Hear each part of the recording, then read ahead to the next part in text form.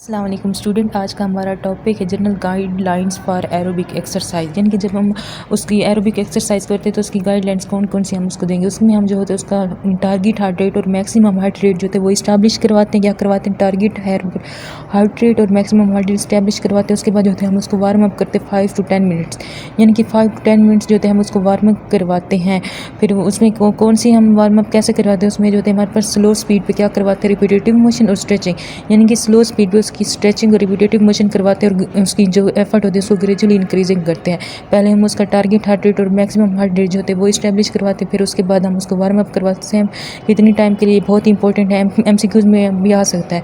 5 to 10 minutes जो जिसमें क्या होते हैं स्ट्रेचिंग होती है, रिपीटेटिव मोशन होती है, स्लो स्पीड पर ग्रेजुअली इंक्रीजिंग दी एफर्ट होती है, उसकी एफर्ट को ग्रेजुअली इंक्रीज करते हैं।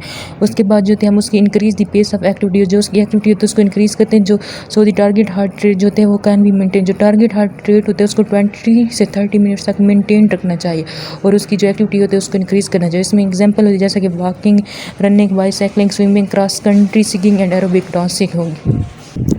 और उसके बाद जो हम उसको ना कूल डाउन करवाते हैं। कूल डाउन कितने मिनट के लिए कराते हैं? सेम टाइम है जैसे कि हम वार्म अप कराते हैं इनके 5 to 10 मिनट्स हम उसको कूल डाउन करवाते हैं विथ स्लो। उसके बाद total body repetitive motion and stretching activities.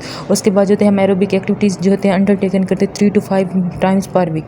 इनकी जो हम उसकी एरोबिक एक्टिविटी करवाते हैं ये एक ही वीक में 3 to 5 टाइम्स करवाते हैं। उसके बाद जो है हमें इन स्ट्रेस की इंजरीज जो होती है उससे हमें अवॉइड करना चाहिए, जैसे कि हमें यूज़ करना चाहिए अप्रोप्रिएट इक्विपमेंट, जैसे कि correct footwear for proper biomechanical support होनी चाहिए। जो हमारी स्पोर्ट है वो बायोमैकेनिकल सपोर्ट जो होती है वो प्रॉपर होनी चाहिए। जो हम मतलब शूज़ पहनते हैं उसमें प्रॉपर फुटवेयर होनी चाहिए। और अवॉइड रनिंग, जॉगिंग और aerobic dancing on hard surface, यानी कि हम रनिंग या जॉगिंग करें हार्ड सर्फेस पे ना करें, उसकी अवॉइड करनी चाहिए सच एज एसफेलिट एंड कंक्रीट।